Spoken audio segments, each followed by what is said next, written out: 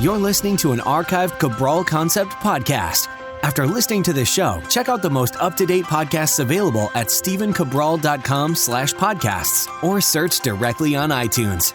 And now, welcome to the Cabral Concept, where board-certified naturopath and integrative health practitioner Dr. Stephen Cabral shares how he was diagnosed at the age of 17 with a life-altering illness and given no hope for recovery. It was only after studying and traveling all over the world did he discover how to combine ancient Ayurvedic healing practices with state-of-the-art naturopathic and functional medicine to fully rebalance the body and re-energize it with life. It's time to discover how to get well, lose weight, and finally feel alive again. And now, here's your host, Dr. Stephen Cabral.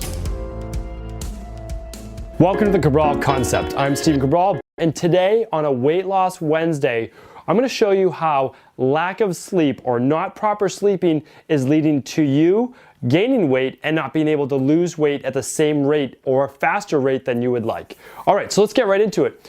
How would it be possible that sleep would affect weight gain or an inability to lose weight? And the reason is actually pretty straightforward, and it really has to do with the regulation of hormones in your body. There's two specifically that I'm going to talk about today. All right, so let's get just right to the point.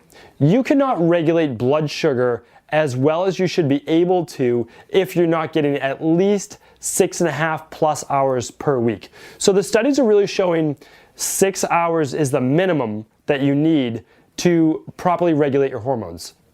Now, one thing I do see in my practice is that a lot of people who are coming in with type 2 diabetes is, yes, they might be in bed for 8 hours, but they're not actually sleeping for at least 6 out of those 8 hours, or they're up too often during the night. So that does matter as well. Now, what happens is this. You will end up potentially, depending on your body type, and again, this has a lot to do if you are the endomorphic kapha body type or pitta kapha body type, where you're just more likely to trend in that direction, but it does matter for everyone. And so that's why I do want to bring it up to you as well. If you're having difficulty losing weight, or now you're just gaining weight at a more rapid rate, you do have to look at your body's inability to regulate blood sugar. So I do recommend this. Do try to get in bed by 10 o'clock every night, and then wake up around 6 a.m. Or if you can sleep in a little bit more, sleep in a little bit more. I'm not going to get into the specifics today on sleep and why specifically those are some of the best hours. 9 to 5 works really well at night, but do try to get that 8 hours per night so that you can wake up with lower fasting blood sugar, which is what you do want. Not too low, you don't want to be in hypoglycemia, but you certainly do want to be below 95 if you're using a glucometer and looking at your blood sugar readings in the morning. This will lead to better weight loss. Why? Well, if your blood sugar is higher, your body's more likely to start using that as a fuel source rather than tapping into your own body fat, because it has sugar to be able to burn as well in that bloodstream.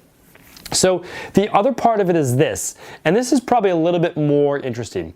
Your blood sugar may be totally normal, but studies are now showing that when you are not getting close to that 8 hours, and certainly not at least 6.5 hours, that you are lowering levels of leptin and increasing levels of the hormone ghrelin. Now, what do those hormones actually mean? Well, it means this. When leptin levels are low, you're going to be less likely to burn body fat. All right? So why? Because you're in basically a survival mechanism. It may affect thyroid, it may affect a lot of different things, but you're in more of a survival-based mode. Your body's less likely to tap into that body fat. So we don't want ghrelin levels also increasing, because when they increase, it increases hunger, it increases appetite. Why? Well, your body may think it's stressed, it may think it's overworked, so it needs more calories, it believes, to be able to handle its tasks and also get you through this stressful time. And also hopefully pack on a little bit of body fat, because if it can do that, it may be able to weather this storm that it thinks could be famine, hunger, lack of food, fighting survival wars. I mean, think back thousands of years and how our bodies are programmed. So you do have to naturally restore leptin levels, lower those ghrelin levels that are maybe increasing your appetite, which also means reducing stress. And if you get to bed for that 8 hours per night, well, at least hopefully you're lowering your levels of stress while you are in bed. And I'll talk about how to get into a deeper sleep on a future episode, so please do stay tuned for that.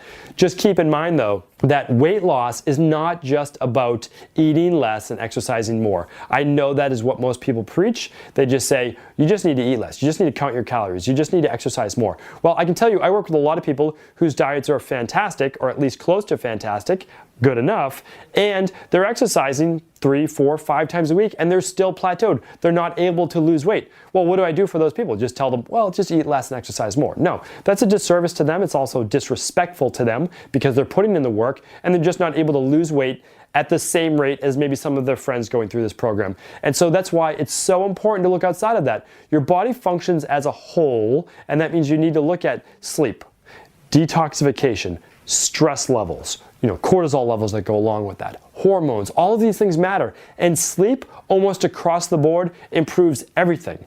So if you're not where you want to be just in general life in terms of anxiety, motivation, energy, you need to get more sleep. I mean, that's the truth. If you're not getting between 7 and 9 hours per night, you're not getting enough sleep. Even if you function at 5 hours or 6 hours, that doesn't mean that's optimal for you. It just means you're getting away with it for right now, okay? You're literally just getting away with lack of sleep. So I do recommend, now maybe every night you can't get it, but shoot for 8 hours or more as many nights a week as that you can get it. And that's I think that's realistic, right? Because not every night is going to be perfect, but as best as you can do. And certainly do try to add a half hour more sleep per night. That will certainly help. So meaning this, if you're used to going to bed at midnight or later, just bump it back 30 minutes. I know you probably can't get to bed at 10 p.m. right now, but bump it back 30 minutes. Go from 12 a.m. to 11:30 p.m. So that will certainly help. And then just gradually over the course of a month or 2 months, keep working back that 15 minutes to 30 minutes. And you will eventually get to bed earlier. And also we'll do a sleep-based episode that will help allow you to get to sleep earlier. And it will show you that through not only reducing anxiety, turning that mind off at night, but also nutritional supplements to be used in the short term to help you get into that nice, deep, restorative, relaxation-based sleep. I hope that helps today.